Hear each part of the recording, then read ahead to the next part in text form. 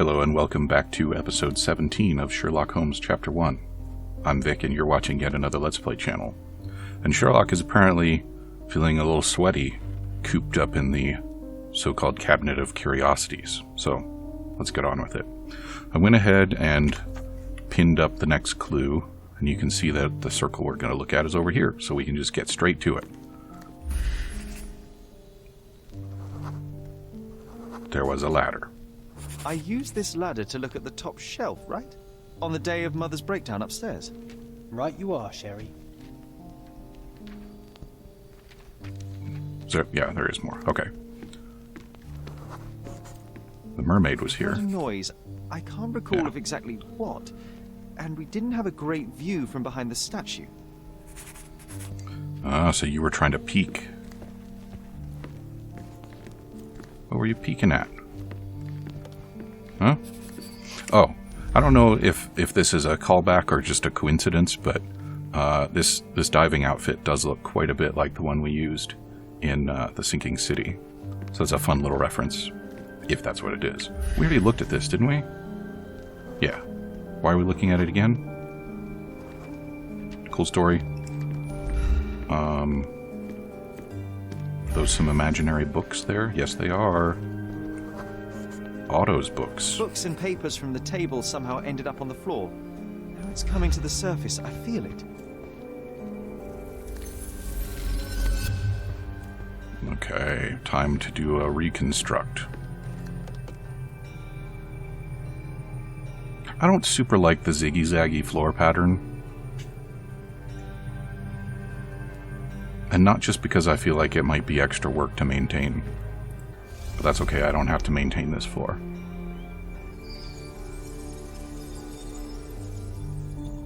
It's a bit surprising that Sherlock had free reign in here. I feel like this is a room that one might have kept locked.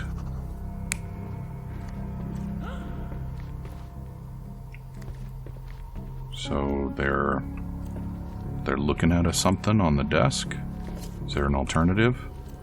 John? Are you gonna... There.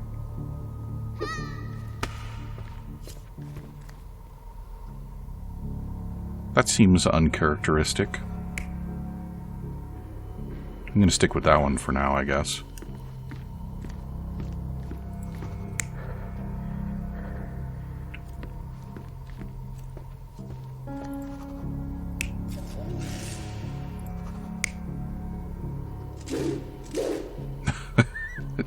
Also unlikely. So, what's the alternative for this one? Okay, I like the idea of that. That would be a funny story.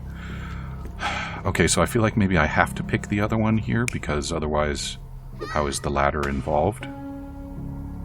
But also, I don't know. You're not even trying, Sherry. Concentrate. Yeah, John, I'm gonna be glad when you go away. I don't like your attitude. Come on, Sherry. Let's go outside. Wait. Did you hear that? Come here, Sherry. You call this progress? Charlatan, amateur. I'm not letting you anywhere near my mother again. So there was a quarrel between them. And it had nothing to do with the ladder on the shelf. It all happened shortly after the incident in Violet's room on April 9th. Sherry decided to play with the artifacts in the Room of Curiosities, and of course I went with him. As a result, we became unintentional witnesses to an argument between Mycraft and Otto Richter. Sherlock's brother was angry. He was sure that Dr. Richter had done something dubious to their mother, and that it had backfired. He called Otto a charlatan. And from the journal entry we read in the previous episode, we know what that was. I heard a noise in the hall. Let's check it out. He decided to repeatedly expose Violet to some trauma that had damaged her, and it just damaged her further. Which, I mean, I know very little about psychology and psychiatry in this era, mostly because it was all bullshit. And it's interesting because it sort of calls to light a contradiction between two competing schools of thought in modern psychology, psychiatry, on the matter of trauma, because it turns out that one of the effective ways to deal with certain kinds of phobias and perhaps with PTSD is not to just repeatedly expose somebody to the traumatic event that precipitated the condition, but rather to desensitize by sort of gradually working up to it, which is not what Otto was trying to do. And then, of course, there is the other school of thought, which is to just absolutely avoid anything related to, triggers,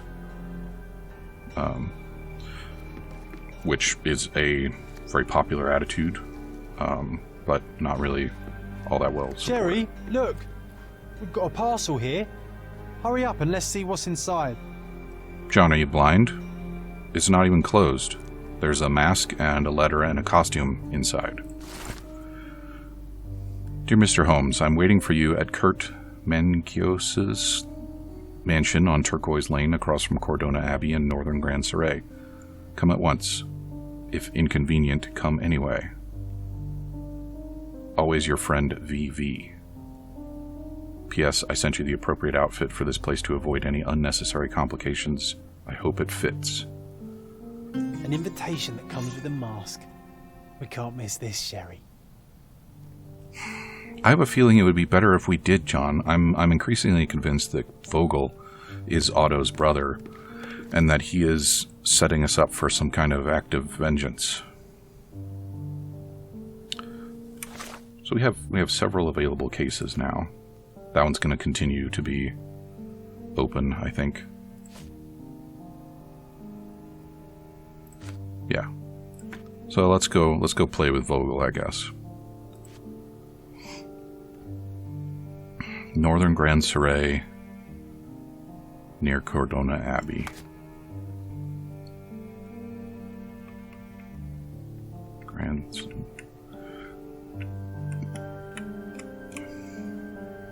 Is that why? I would really appreciate it if I could still highlight this stuff. And what is that red dot? No, that's not the Abbey, that's where I am.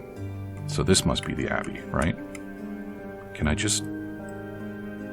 It's still not highlighting it. Alright, well I don't see a turquoise lane near here, so that must not be the Abbey after all. Still, maybe this is it. There's a turquoise. Okay, so I'm betting that it's that one. So I guess I should costume up.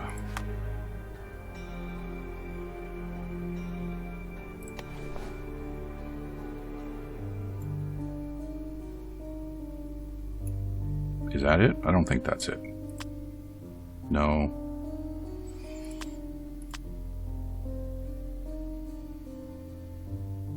Maybe.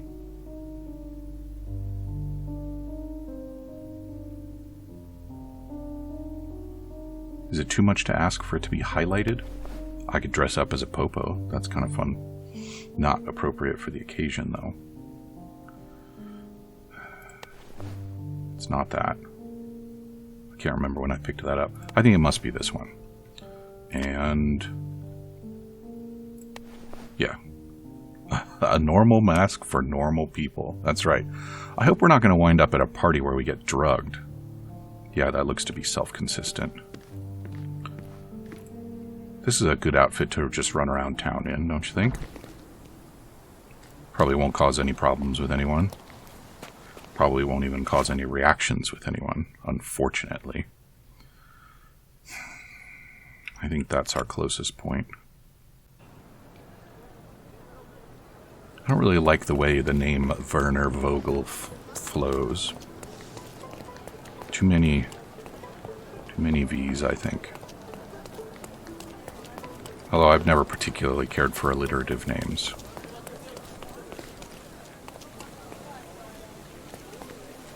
Welcome to the Mantius Mansion. Yeah, thank you. Oh, I can't even walk across the hedge.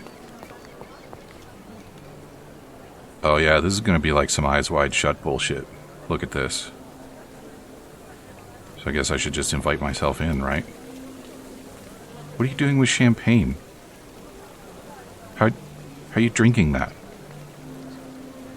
Somebody didn't plan this out very well. Welcome, sir. I do plan to hope enjoy you myself, enjoy yes, thank yourself.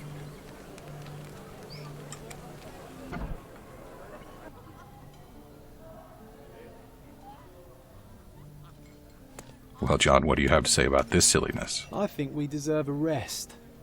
Well, I don't think that we're going to find this evening very restful. Enjoy the evening, sir.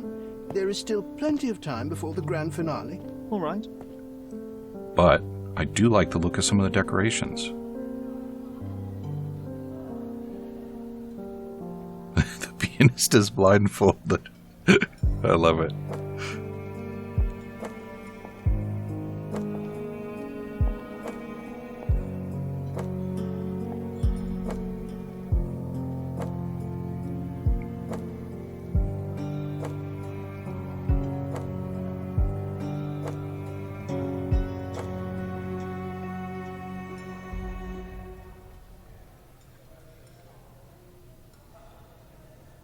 What if I write an article about these people here? Can you help me gather information about Cordona's elite? John, do you have many friends in the imaginary world that might read such an article?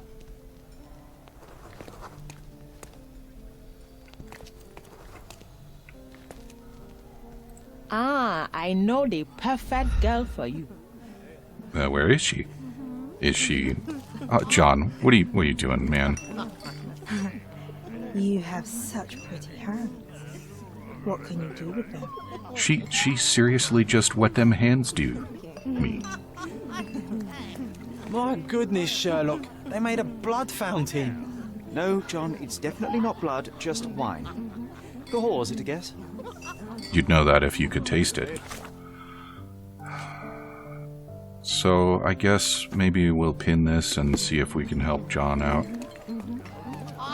I just want to talk to all the scantily clad Want ones. to go somewhere more private? No, I want to go somewhere more public. That's why we're here. I should write to my friend about the handsome men here. He'd appreciate it. It would be a funny joke, that's true. Let me see that stallion up close. May I ask you something? I can't help you with that, sir.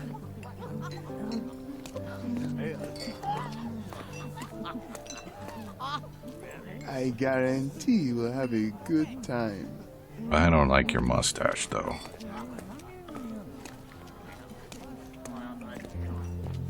Oh, Sherlock! Friend! I wasn't sure you'd come.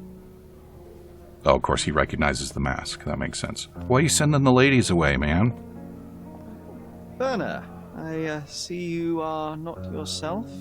The more time you spend here in Cordona, the more I feel it my duty to bring you into our world and show you all we have to offer. And what is on offer today?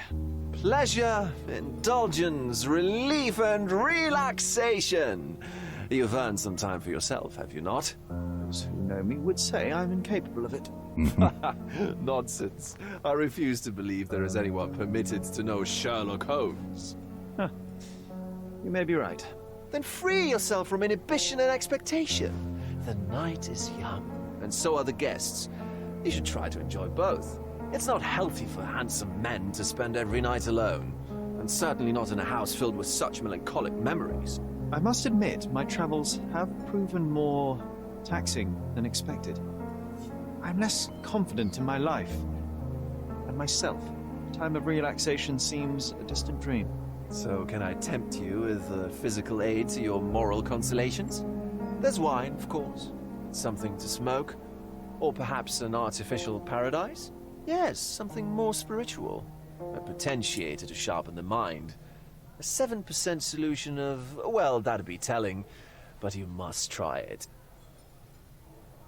Yeah, you're trying to get me into a compromising situation. My mind is my most valuable asset, and a finely tuned instrument I will not risk impeding its function. My ultimate duty is to provide the world with truth, and I do that perfectly well as is. Duty? You've never cared about that before. Of course I do. Exposing a lie, revealing a fact, that is a moral responsibility. That's not morality. Morals are what happens afterwards when truth collides with consequence. Do you ever follow up on cases you solved? Do you ever see what happened next? Visit the victims? Ensure justice is served in the courts? And how do you choose where to direct your attention? Are there not deserving causes to which your brilliance could be applied but isn't? You ascribe me more power than I possess. I have a narrow skill set and work within that mandate. What occurs afterward is irrelevant. With every action or inaction, you place a finger on the scales of morality. Many in the city would see you as abdicating your responsibility. I haven't. Not me, of course. Morality is subjective, just like truth. There is little to be gained from indulging in it, and far better things to indulge in. Now I must insist on easing any burdens I've placed upon your shoulders. Show yourself a kindness, and try this rather delectable concoction. I'd rather take it for If study. this solution truly does assist with thinking, then perhaps it would be puerile to overlook an opportunity to study it. I'll take it with me. Yes, Sherlock. Very good. And now, our evening begins in earnest. I just remembered. I'm sorry, Sherlock. My mind's delightfully impaired.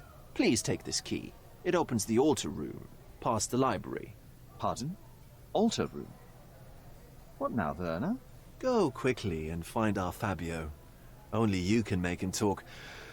I'll join you in a minute. Only you can make him talk. Yeah, what are you trying to set me up for here, Werner? This is a feller who knows how to A, throw a party, and B, decorate a mansion. When am I going to meet the host? Is Fabio the host? I'm not at all clear on what I'm supposed to do in order to make John happy. What I am clear on is that I don't care. I have nothing to hide, sir, but I've never heard of this. I probably need to eavesdrop on somebody. John, you are woefully out of place. Honey, you feeling lonely? I'll be your friend. You're probably a better friend than the one I've been talking to. Yeah, that's a good art.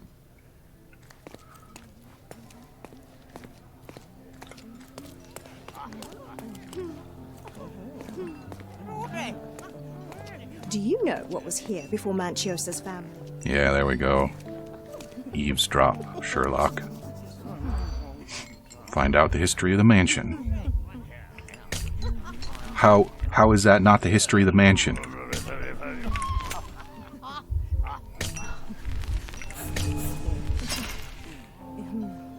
So dumb.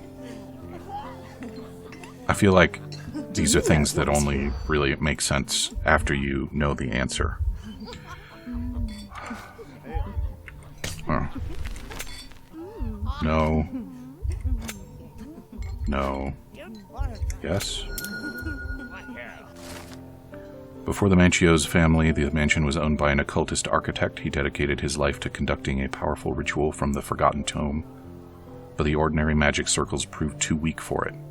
That was why he built this mansion. A keen eye might notice that its shapes correspond with certain magical symbols, and some walls have cavities. One day the architect simply disappeared. An ash stain on the floor was all that remained. Perhaps he was successful in his endeavor. That's Especially... what I like about this party. Bring me more dirt, Sherry. One more piece, and I can expose these base hedonists. Some of them are quite exposed already. Curtains do not guarantee privacy. And you still need a crack, despite being ethereal. Good one, Sherlock. Can I go this way? I can go this way. What's in here? Is this the altar room? Yes. Maybe I don't want to be here. There's a dead man.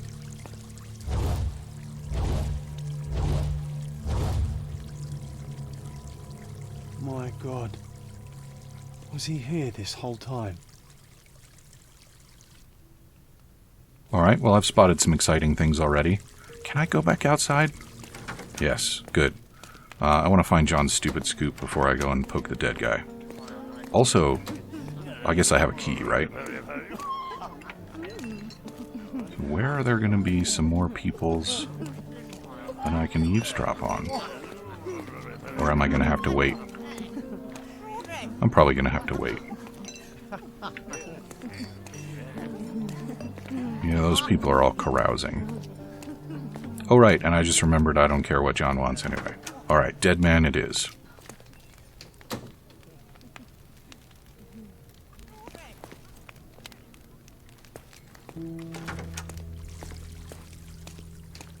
Ooh, what's back here?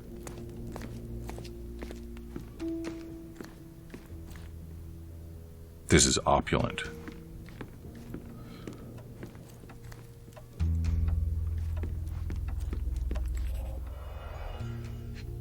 Cigars? Enough cigars to burn down the entire mansion. If you say so. A crop? Why don't people tidy up after themselves? Wait. So people from the party came back here and fucked while there was a dead guy in the next room? Blood. You gotta admire the Sturdy dedication. bottle met a not-so-sturdy human. It didn't break only because it was unopened. Interesting. An open wound spoiled the carpet.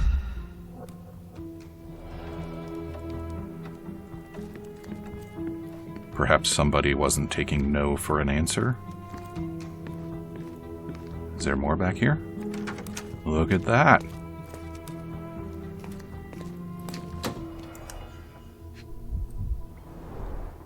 This is a different ritual. Different from what? I found a scenario of some sort of ritual with a remark written at the beginning. It says, "Read and rehearse this rite, Manchios." The naked woman lies on the altar on a flat bed of flowers, symbolizing Mother Gaia. The one who leads the ritual oils the body of the woman to awaken her inner fertility. Participants should chant at this moment and call for the man who can please Mother Gaia. Then the man who will impersonate the principle of life may come to engage in sexual congress with her. Sounds pretty standard. Don't ignore the guests, Matista, and stop boring them. They don't want to hear about your stupidities. They want to feel how beautiful they are, and how generous you can be towards them. You are here to please and celebrate life. Remember, each guest paid a great deal to be with you. How can Manchios. anyone accept such behavior? A useful tool for a disguise arsenal.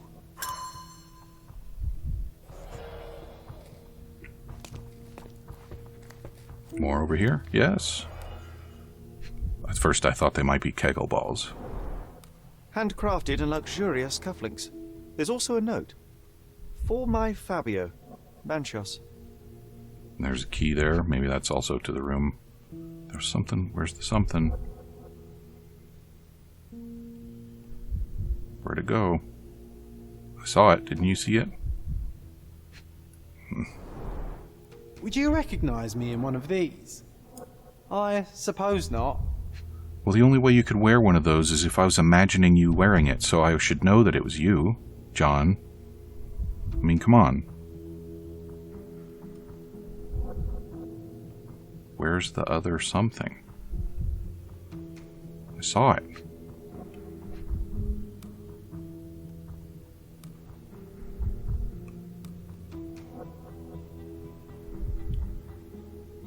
I would really appreciate some hype. Oh. The key is similar to the one that Vogel gave me.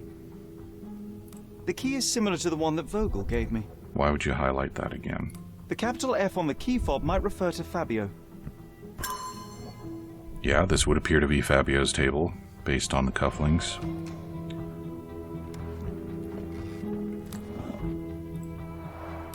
Oh. Similar to the guests' robes, apart from the bloodstains. It didn't sound like a bloody ritual, did it? It sounded like a fun ritual. Props, decorations, and tools for a more detailed set.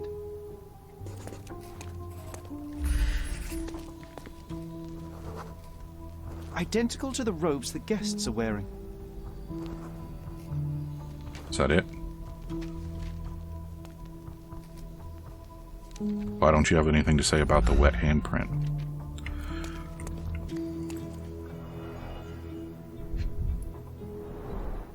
The pitcher is empty, but with puddles around it. Blood clots are adhered to the sides of the drain. Come on, let me out. It might be time for us to have a look at the body. This really is quite a set. The symbols look a little chthonic, don't they? What do we got? Ooh, I bet that's where the dagger was kept. This elaborate box must be for the ritual dagger. And the herbs here are Salvia divinorum. They have a slight hallucinogenic effect to emphasize the ceremony. This oil has a slight aroma of flowers and olive. This oil has a slight aroma of flowers and olive. This one looks like a twisted symbol of Venus, drawn in a hurry. the others probably were not drawn in a hurry. The sign reminds me of the astrological symbol for Mars. So all that squares with a fertility rite sort of setup. Alright, and then what do we got here? Head wound. A blunt force trauma. May have suffered an internal hemorrhage. Bonked with a sturdy wine bottle. Come on. This worm-like sigil has been drawn with his own blood. Okay, that's not what I thought we were looking at. This golden handle has a bloodstain on it. The dagger is heavy and sharp, but lacks balance. The wound is deep. A precise strike reached the heart.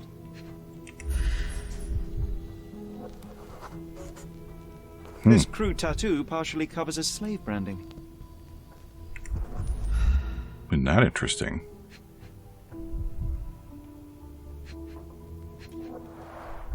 The victim has clenched the fabric so firmly in his fist that it's nigh impossible to remove it.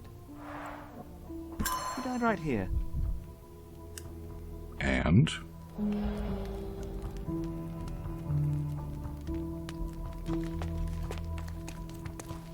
Werner. Werner, care to explain what is going on here? On nights like these, it's not unusual for some attendees to get a little exuberant. It's part of the appeal. Unfortunately, it appears things have gotten out of hand. Yes, some are more prone to bend the rules of morality. That's murder. I doubt there's anything left to bend. Why did you not tell me immediately? We were chatting about trivial matters for some time.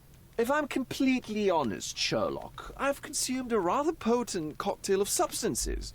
My attention slips and drifts, but I'm glad I thought to call for you. You sent me a disguise. Oh dear, did I? Well, since I found the body, Mr. Manchios has agreed that you can investigate the matter. I promise my mind will behave itself going forward. All right, then pull yourself together, Werner. About nights like these. What is it about these nights that you were so eager to share with me? Well, they're not always in the evenings, but they are in the shadows. People gather to test their boundaries in a safe and consensual atmosphere. Often with more stains than your typical crime scene. But that is the point. Who are we to judge? I suppose that's fair. What about today, then? Was anything different? Well, I was invited as a special guest. It was supposed to be a time of both divine and carnal pleasures. A scratch for every unconventional itch. I imagine you're reeling from your shattered expectations. On the contrary, there is still spectacle, stimulation, and release, merely in a different form. I like to let life entertain me. Or death. Hmm. Mr. Manchios is the owner of the manor, yes? And the host of Cordona's most memorable parties. He promises even the ugliest guest a partner for the night. And for the ones with more unconventional tastes, Mr. Manchios provides other services. What a caring person. You cannot begin to imagine. How did you discover the body? In between guzzles of alcohol? I was set to perform in a fecundity rite with Fabio and came to inquire further. It was a staged ritual where he was to play the principle of life. And the rehearsal was unsuccessful? Who knows? I found him alone on the altar, his blood dripping to the floor. And then? Then I called Mr. Manchios. He was panicking, so I told him about you. We left the room and locked the door.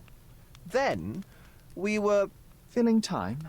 Waiting for you was stressful. We indulged in some simple comforts. Overindulged, perhaps.